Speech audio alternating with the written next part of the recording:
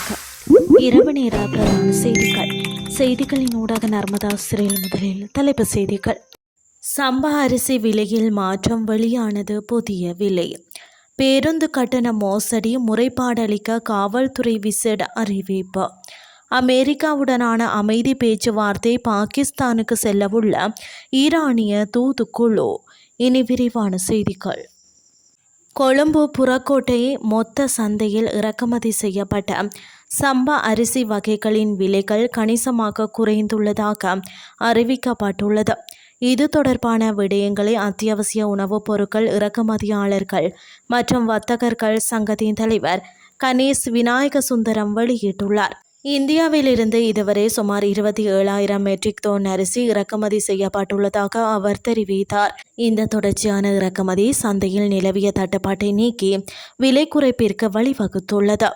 இறக்குமதிக்கு முன்னரான விலைகளுடன் ஒப்பிடுகையில் தற்போது கணிசமான அளவு விலை குறைக்கப்பட்டுள்ளதாக தெரிவிக்கப்பட்டுள்ளது. முன்பு 1 கிலோ 280 ரூபாயாக விற்பனை செய்யப்பட்ட பொன்னி சம்பா அரிசி தற்போது ரூபாய் 225 தொடக்கம் ரூபாய் 235 என்ற எல்லைக்குள் குறைக்கப்பட்டுள்ளது.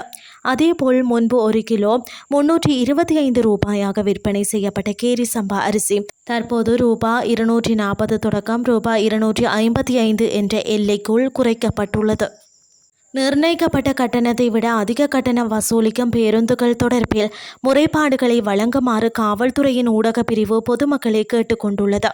அதிக கட்டணம் வசூலிக்கும் பேருந்து நடத்துனர்கள் அல்லது உரிமையாளர்களுக்கு எதிராக தொடர்பாக 118 அல்லது 119 ஆகிய அவசர அழைப்பு இலக்கங்களூடாக தொடர்பு கொண்டு முறைப்பாடுகளை பதிவு செய்யலாம் அல்லது அருகில் உள்ள காவல் நிலையத்திற்கு சென்று வாய்மொழி மூலமாகவோ அல்லது எழுத்து மூலமாகவோ முறைப்பாடு அளிக்க முடியும் எனவும் தெரிவிக்கப்பட்டுள்ளது.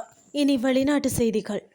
இரு நாடுகளுக்கும் இடையேயான போரை முடிவுக்கு கொண்டு வரும் நோக்கில் அமெரிக்காவுடன் நேரடி பேச்சுவார்த்தைகளை மீண்டும் தொடங்குவதற்கான ஒரு முக்கிய நடவடிக்கையாக ஈரான் வெளியுறவு அமைச்சர் அப்பாஸ் அராக்சி ஒரு சிறிய தூதுக்குழுவுடன் பாகிஸ்தானுக்கு செல்ல உள்ளார்.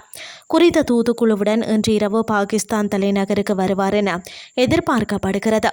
அராக்சிக்கும் பாகிஸ்தான் தலைவர்களுக்கும் இடையே நடைபெற்ற தொடர்ச்சியான தொலைபேசி உரையாடல்களை தொடர்ந்து இஸ்லாமாபாத்தில் உள்ள மூத்த அரசாங்க அதிகாரிகள் இந்த முன்னேற்றத்தை உறுதிப்படுத்தியுள்ளனர்.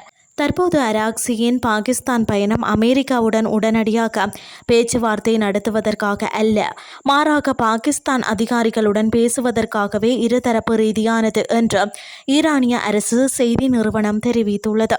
இஸ்லாமாபாத்துக்கு பிறகு அராக்சி மாஸ்கோ மற்றும் மஸ்கட்டிற்கு பயணம் செய்வார் என்றும் தெரிவிக்கப்பட்டுள்ளது.